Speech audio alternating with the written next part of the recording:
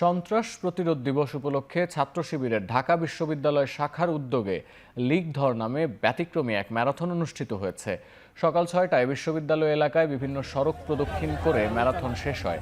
উপস্থিত ছিলেন ডাকসু ভিপি সাদিক কায়েম সহ ঢাবি ছাত্র শিবিরের শীর্ষ নেতারা। সাদিক কায়েম বলেন, ২০২৪ সালের আজকের দিনে ঢাকা বিশ্ববিদ্যালয়ের প্রতিটি হল ছাত্রলীগ মুক্ত হয়। দিনটি স্মরণে তাই এই আয়োজন। শিক্ষার্থীদের অপব্যবহারের যে রাজনীতি ছিল তার কখনো ফিরে আসবে না বলে এ সময় আশা প্রকাশ করেন শিক্ষার্থীরা।